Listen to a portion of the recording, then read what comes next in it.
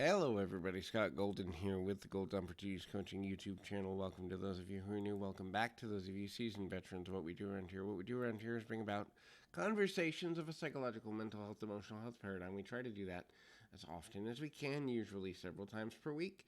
And we've got over 1,100 of these for your listening pleasure. Hopefully, there's many things in here that are of benefit to you in one way or another. Would love to continue to be of value to you wherever we can. And if you're looking for coaching, life, relationship, business, would love to be helpful to you in 2022 and beyond. Please feel free to reach out at PO Perception on Twitter and or be of assistance to you here. And ultimately, there is a hopeful and good and positive and powerful thing coming out of that.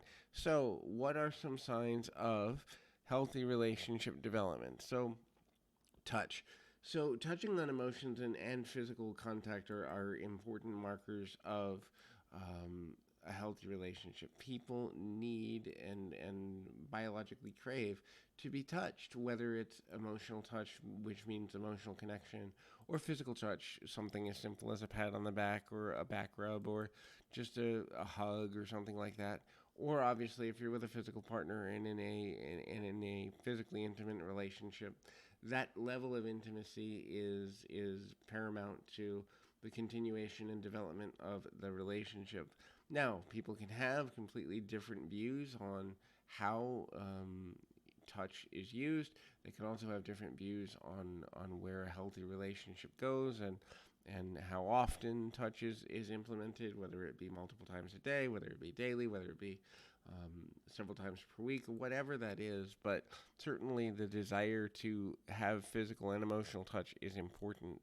The next is boundaries and the respect of boundaries. People having boundaries is one of the most important things that people can have. Knowing what your partner's boundaries are, what your friend's boundaries are, what any person you're in a relationship with, what their boundaries are, honoring those boundaries, but also honoring your own. So honoring another person is equal to honoring yourself in a healthy relationship. That is the compromise that comes from finding common ground between the nature of different boundary levels is also important. Sometimes people struggle with this for a variety of reasons.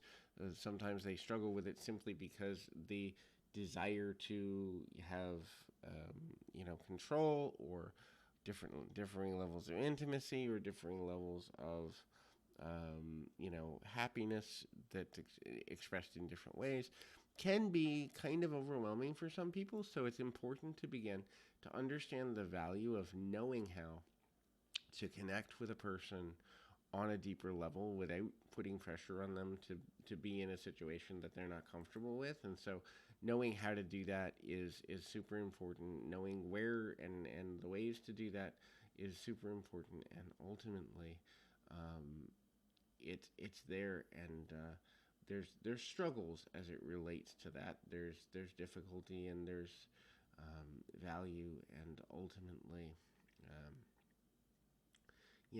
sometimes finding proper boundaries can feel really overwhelming because two people want different things, and that comes down to compatibility. Do we want the same things often enough that we can be happy with each other? Happiness is super important. Happiness is a state of mind, it's a state of being, it's a state of awareness, but it's also something that should matter to you in terms of your partner being happy, but also for you, meaning, are you a happy person when you're with this person? If you're not, then honestly, there's no point to continuing the relationship. If you're having to force a relationship forward and or fake happiness in order to be with a person, it won't work on a continual basis. And that also speaks to the need for clear, concise, and direct communication.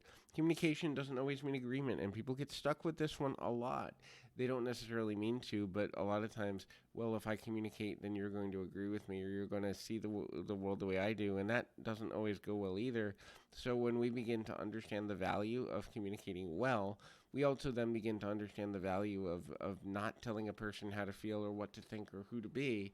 Instead, we focus on the ability to connect with them on a deeper level and know how to be helpful and mutually beneficial. So hopefully that's helpful.